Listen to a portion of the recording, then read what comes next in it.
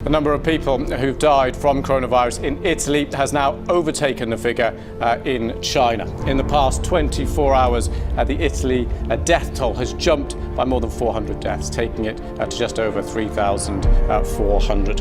It's day one of India's 21-day nationwide lockdown. 1.3 billion people are staying home in the biggest ever lockdown in the world amid surge of positive coronavirus cases. Prime Minister Modi chaired key cabinet meeting to discuss the preparedness to deal with the coronavirus crisis.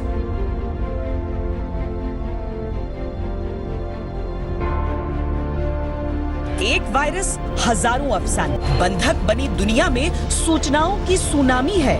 हर दिन सामने आ रही एक नई कहानी है।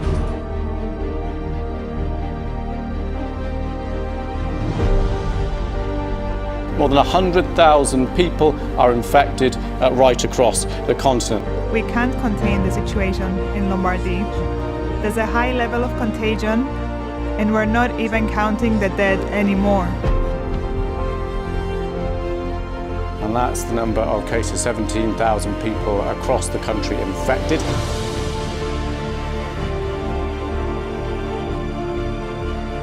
भारत में 24 घंटे में रिकॉर्ड 17,296 नए केस, कुल मामले 4,90,000 के पार, 2,85,000 लोगों ने बीमारी को हार। 15 जुलाई तक nurses and physicians working 34 cases, most of those are in Beijing in fact, and a lot of these are Chinese people returning home from North America and Europe, leaving them.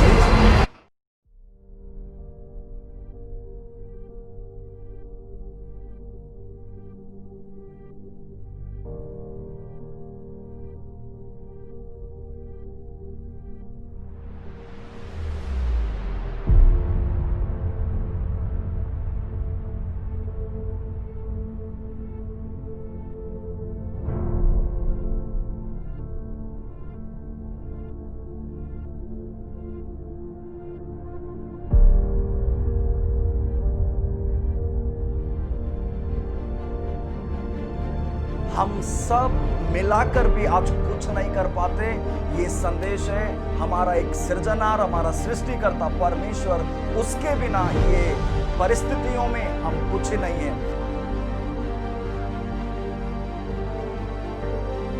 अभी इस समय सोचें क्यों ये सब परिस्थितियां हमारे चारों तरफ चल रहे हैं।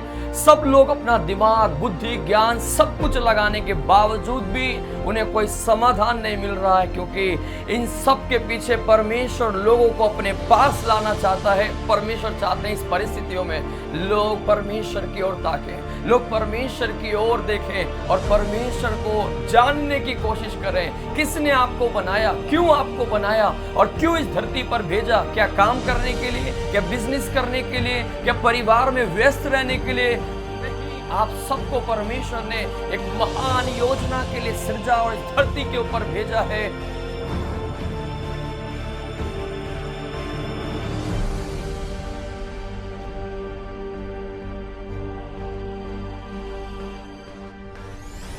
मैं इस बातों पर मैं विश्वास करता हूं, पूरा विश्व भर में परमेश्वर लोगों को अनंत काल की नरक से बचाना चाहते हैं। अभी का जो विपत्ति छोटी सी बातें हैं, लेकिन इस संसार में पाप में जीवन बिताकर पाप में मरने के बाद में आमीन मनुष्य का जीवन में होने वाला विपत्ति एक दिन, एक महीना, 2 महीने, 1 साल, 2 साल का नहीं है, हजारों साल का नहीं है। अनंत काल तक इंसान नरक की आग में तड़पते रहेंगे। उस विपत्ति से बचने के लिए, उस अनंत काल की नरक की यातना से बचने के लिए अभी का ये परिस्थिति लोगों का जीवन में मन फिराने के लिए कारण बन गया है, तो ये बड़ी बात, अच्छी बात है। ये परिस्थितियां बदलना है, ये हालात बदलना है, ये महामारी का अंत होना है, इससे छुटकारा पाना है। परमेश्वर इस परिस्थितियों को बदल सकते हैं, परमेश्वर इन हालातों को बदल सकते हैं। और वो परमेश्वर जिसने आपको, हमको, समस्त मानव जाति को बनाया, वो परमेश्वर के पास इसका समाधान है। वो परमेश्वर इन हालातों को बदल सकता है, क्योंकि उस परमेश्वर के लिए कोई काम कठिन नहीं है और कोई बातें उस परमेश्वर के लिए असंभव नहीं है। इन सब परिस्थितियों में लोगों को आज जरूरत है, हमें जरूरत है कि हम अपनी गलतियों से, पापों से मन फिरा कर परमेश्वर से प्रार्थना करें। परमेश्वर इस देश को फिर से चंगा करेगा। सब लोग प्रॉब्लम बोल सकते हैं, लेकिन प्रॉब्लम का सॉल्यूशन परमेश्वर बोल सकते हैं। इसलिए आपका प्रॉब्लम के समय पर आप परमेश्वर को ढूंढे। बाइबल कहते हैं जब तक परमेश्वर मिल सकते हैं उसका खोज में रहे।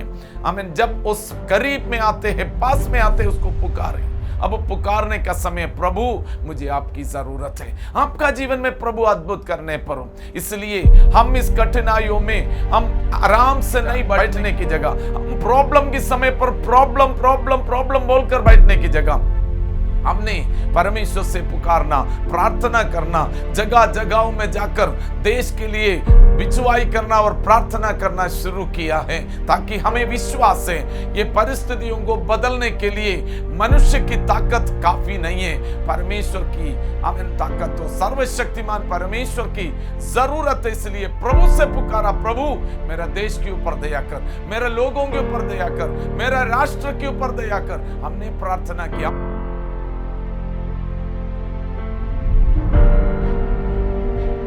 और मेरे प्रियो कलीसिया किसी मनुष्य का या किसी पास्टर का या किसी संस्था का, आमीन, ये किसी मनुष्य का नहीं है, ये तो परमेश्वर का है। तो ये सब हालात, ये सब परिस्थितियां, कोई भी महामारी हो, विपत्ति हो, कठिनाई हो, मुश्किलें हो, कलीसिया आमीन इन सब बातों में और बढ़ जाते हैं। हम पार्कों में जाके आराधना किया, अलग अलग जगहों पर रोडों पे खड़े होकर हमने आराधना किया और प्रार्थना किया, क्योंकि कलीसिया एक इमारत नहीं है। आज परमेश्वर ने एक डोर बंद हुआ, लेकिन आज हमारे सामने सैकड़ों डोर खुले हुए हैं। आज रोड पे हम वर्शिप करते हैं, सब जगह पे कलीसिया वर्शिप कर रहा है। और मेरा विश्वास है इस देश के अंदर परमेश्वर एक बहुत बड़ी जागृति को भेजेंगे, एक बहुत बड़ी बेदारी को भेजेंगे। उसमें परमेश्वर हम सबको बहुत ऐसे इस्तेमाल करेंगे, आप सबकी निराशा को परमेश्वर दूर करेंगे।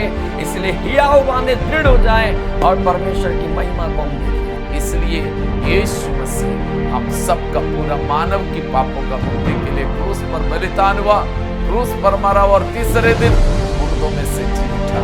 आप अपने हृदय में विश्वास करके बोले, यीशु मेरा गुनाह क्षमा कर। मैं विश्वास करता हूँ आप मेरे लिए मारा गया, गाड़ा गया और तीसरे दिन जी उठा। आप जीवन परमेश्वर हैं। प्रभु मेरे जीवन में आ, मेरे जीवन को बदल दे।